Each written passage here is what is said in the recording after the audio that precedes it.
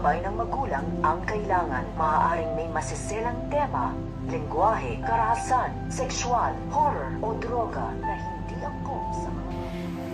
So guys, ikakagulat nga nito ni RJ na nga biglang in-announce nga nito ni Gisela magiging head of finance department. Eto nga si Eric.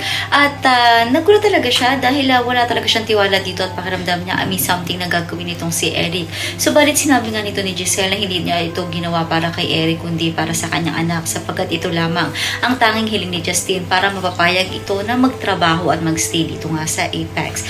Ngunit ngayon natuwan-tuwa si Justin na nakapasok na siya sa loob ng Apex at sa buhay ng mga tanyag ay hindi daw niya ito gagawin para sa kanyang lolo kundi para sa ibang bagay. So isang malaking kalokohan nga yata talaga ang gagawin ng mag-ama nga Justin at eto nga si Eric. Samantala ramdam pa rin ni Annalyn ang sama ng loob ni Doc Carlos sa kanyang pagbabalik dito sa Apex. Subalit mapipigilan pa nga ba ito ni Doc Carlos na lumipat sa ospital ng kanyang ama? Yan ang dapat nating abangan dito nga lang sa Abot Kamay na Pangarap.